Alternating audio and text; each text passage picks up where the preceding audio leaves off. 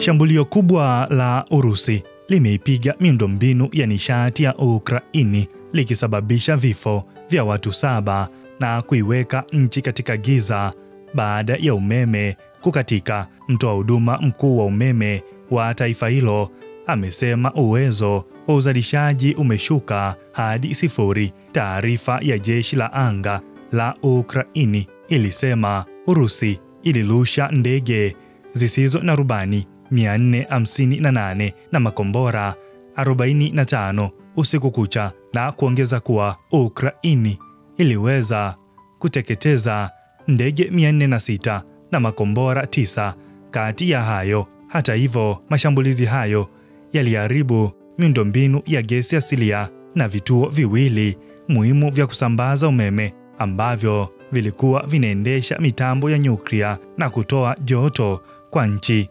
Mwendeshaji wa kitaifa wa usafirishaji wa nguvu za umeme nchini Ukraini alisema kuwa kutakuwa na mgao wa umeme kati ya saa 8 hadi 16 kila siku katika maeneo mengi ya Ukraini wakati matengenezo yakifanyika. Waziri wa nishati wa Ukraini, Stevlana, alitaja usiku huo kuwa moja ya usiku mgumu zaidi tangu vita ilipoanza kwa kiwango kikubwa, na ingawa hali imeanza kutulia, mikoa ya Kiev, Donetsk, Kharkiv, Poltava na Sumy inaweza kuendelea kukumbana na umeme kukatika mara kwa mara. Mashambulizi pia yalisababisha kukatika kwa maji katika mji wa Kharkiv na upungufu mkubwa wa umeme. Kwa ujumla, hili ni jambo kubwa kwa sababu hakuna vita nyingine duniani inayoendelea kwenye mazingira magumu ya baridi kama haya. Hii inaweza kusababisha janga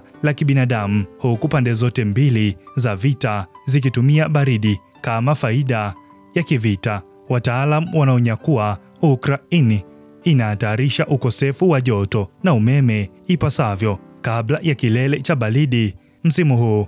Baada ya shambulio la 9 kubwa dhidi ya miundombinu ya gesi tangu mapema Oktoba, wataalamu wa nishati nchini Ukraini wakizungumza na vyombo vya habari wamesema kuwa mji mkuu unaweza kukumbwa na janga la teknolojia iwapo mitambo mikuu ya joto na umeme itazimika kwa zaidi ya siku 3 wakati hali joto ikiwa chini. Tangu msimu wa vuli, Urusi imekuwa ikiongeza mashambulizi dhidi ya miundombinu ya nishati ya Ukraini kwa lengo la kuizamisha nchi kwenye baridi kali tena msimu huu.